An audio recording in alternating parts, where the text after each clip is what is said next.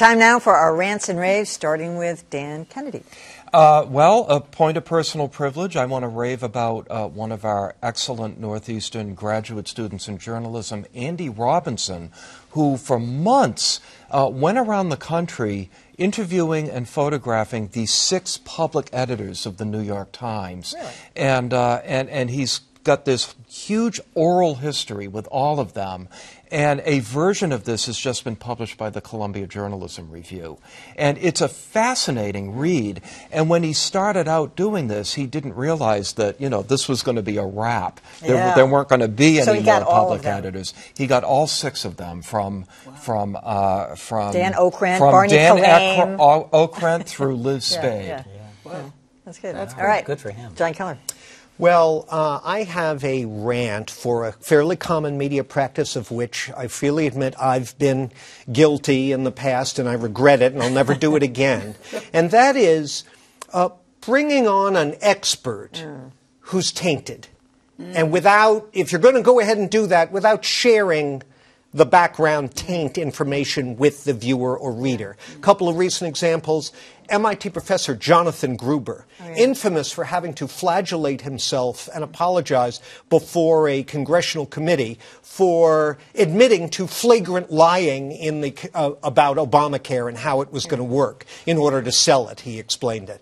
And to have him on as an expert on health care, okay, he knows a lot, but that's a pertinent fact. And then F. Lee Bailey, disgraced, disbarred, to be trotted out to criticize legitimate legal minds with integrity, like Jeffrey Toobin, for instance, and to shill for O.J., disgraceful. And again, if you're going to put him on, okay, he was a figure in that case, but let's get just a little bit of context. Yeah, good. That's a good one. All right, Callie.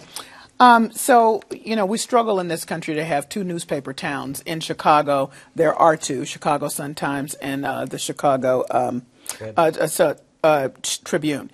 There was a moment where it looked like the company that owns the Tribune, called Trump, let's not explain that, I hate that name, was about to buy the Sun-Times, so we were going to have ownership of both. But a Chicago City Councilor put together a group of folks, including some journalists, to buy it, and they have bought the Sun-Times now. So it's ownership by local folks. It's separate from the Tribune, and I say I know that's going to be tough. We don't know the journey how long they'll be able to hang on, because we know this is expensive.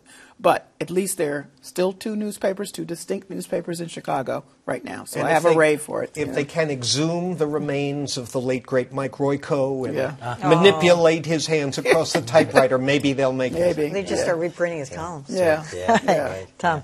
I wanted to give a shout-out to the New York Times for their coverage of this, the blockbuster interview that they had with Trump earlier this week.